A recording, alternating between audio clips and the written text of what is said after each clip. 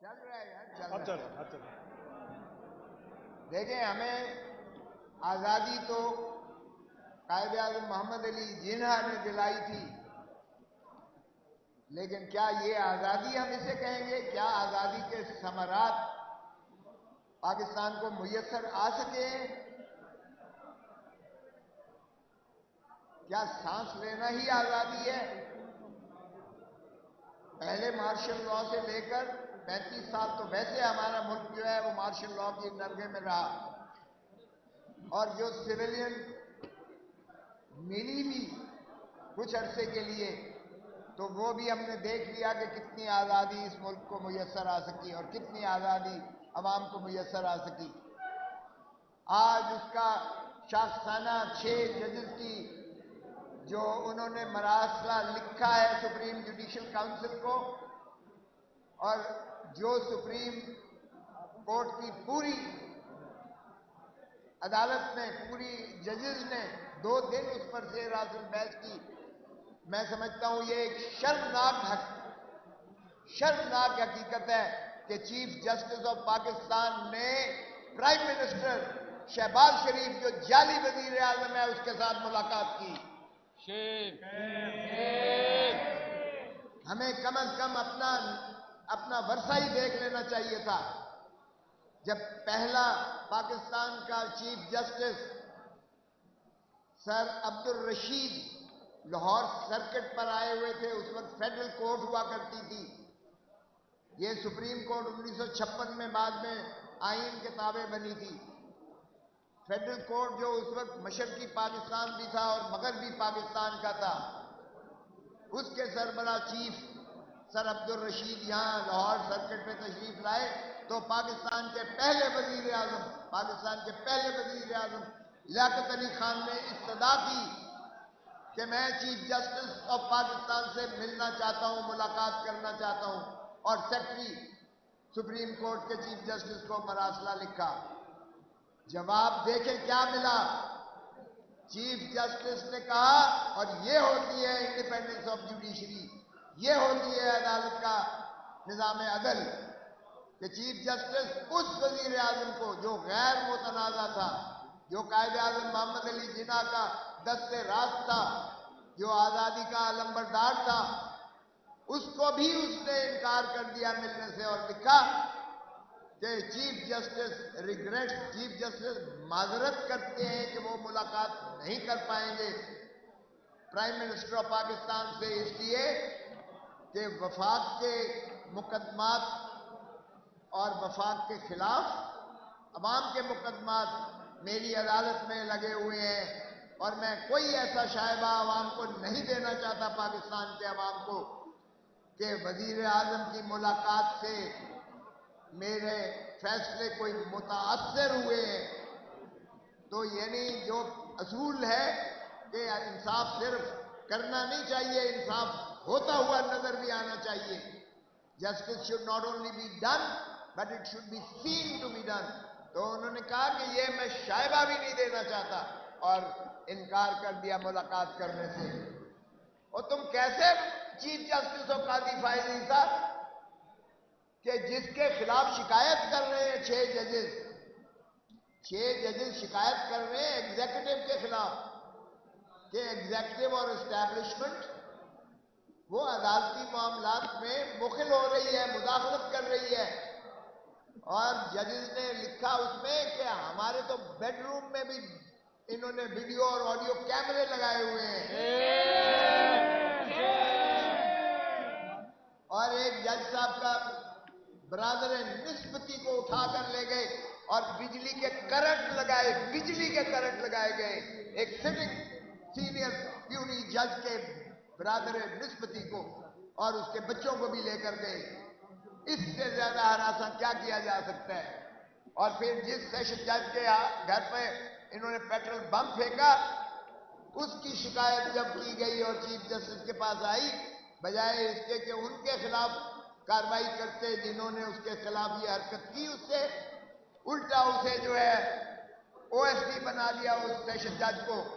اور پھر اسے ریپیٹریٹ کر دیا پنجاب میں، کیونکہ وہ ڈیپوٹیشن پہ آیا ہوا تھا۔ تو یہ ہے نظام عدل جسے جکڑ کر زنجیروں میں باندھا ہوا ہے، اور یہ صرف اسلام آباد کی ہائی کورٹ تک نہیں ہے محفوظ، یہ ساری عدالتوں میں میں سمجھتا ہوں پاکستان کے، ہائی کورٹ لاہور میں بھی ایسے ہی ہے، ہائی کورٹ پشاور میں، ہائی کورٹ بلوچستان میں، ہائی کورٹ سندھ میں، ان کے بھی یہاں ایسے ہی نرگا کیا گیا ہے، تنگ کیا گیا ہے۔ تو کیا ایسے ہے نظام عدل؟ آپ اس کو کہیں گے کہ نظام عدل آزاد ہے؟ اور یہی جب ہم کہتے تھے کہ یہ جو ہے ایک مخصوص جماعت اور ایک مخصوص جماعت کے سربراہ اور ان کے قائدین کو من پسند فیصلے لیے جا رہے ہیں، بلڈوز کیے جا رہے ہیں اور عدالتیں آزاد نہیں ہیں، تو یہ ثابت کر دیا ان 6 ججز نے یہ مراسلہ لکھ کر۔ اور شوکت صدیقی کے کیس میں جب سپریم کورٹ نے یہ فیصلہ کیا کہ جو D G I S I اس وقت اسٹیبلشمنٹ اپنی مرضی کی بینچز بنواتی تھی اور مرضی کے جو ہے فیصلے لکھواتی تھی اور کرواتے تھے، اور جب شوکت صدیقی نے انکار کیا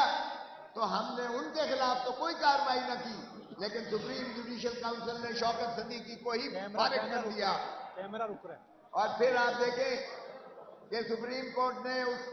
کو نہ صرف کہا یہ بدنیتی پر مبنی تھی، یہ جو سپریم جوڈیشل کاؤنسل کا فیصلہ تھا، بلکہ انہوں نے لکھا کورم نان جوڈس ہے،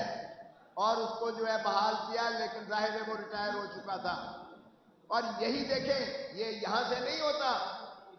بھٹو کے کیس میں 45 سال کے بعد آ کے کہتے ہیں کہ یہ فیصلہ ہم نے غلط کیا تھا، یہ مس ٹرائل تھا،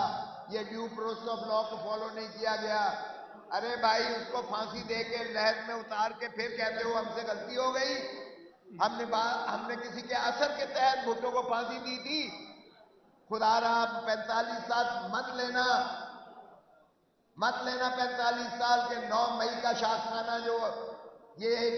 9 مئی کا آرکیسٹرڈ ایک ڈرامہ جو رچایا گیا، ایک اور ہارٹ تھراب ہر دل عزیز پاکستان کی دلوں کی دھڑکن وزیر اعظم کو منہدم کرنے کے لیے اور اس کی جماعت کو بکھیرنے کے لیے اب 45 سال مت لینا۔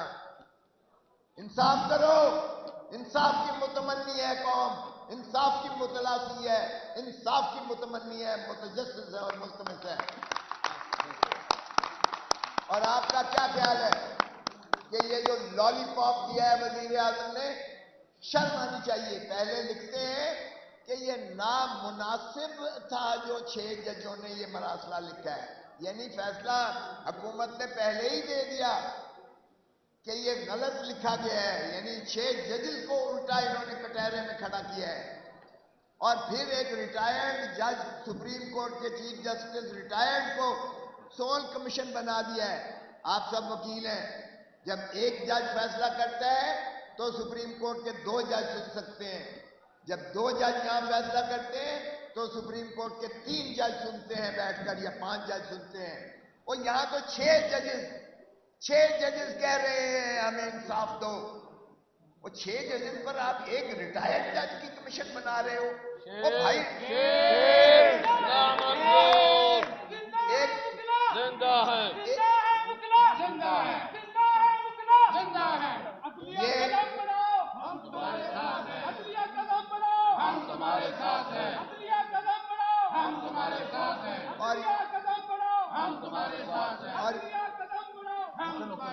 اور یہ ایک ریٹائرڈ جج صاحب کا بھی ذرا میں بتا دوں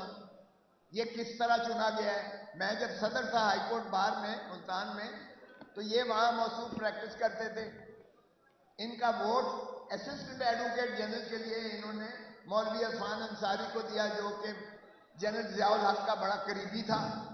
اس کے افزانے میں انہیں اسسٹنٹ ایڈوکیٹ جنرل بنایا گیا۔ پھر ان کو جو ہے یہ کرتے کرتے جب یہ ماشاءاللہ جج بن گئے تو انہوں نے نواز شریف کا 8 سال کی کنڈون کی ڈیلے، 8 سال کی، آج تک تاریخ میں نہیں ہوا، 8 سال کی ڈیلے کنڈون کر کے انہوں نے نواز شریف کو بری کیا سپریم کورٹ میں۔ پھر صرف بری نہیں کیا، شہباز شریف کی نااہلی کو انہوں نے نظر ثانی میں، ریویو میں